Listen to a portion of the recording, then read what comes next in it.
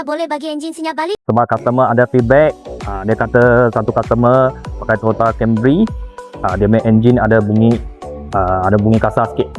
Jadi ni hari kita datang sini, tengok boleh bantu dia selesai masalah ni tak. Kita akan taruh satu nano treatment, tengok boleh tolong dia selesai masalah bunyi tak.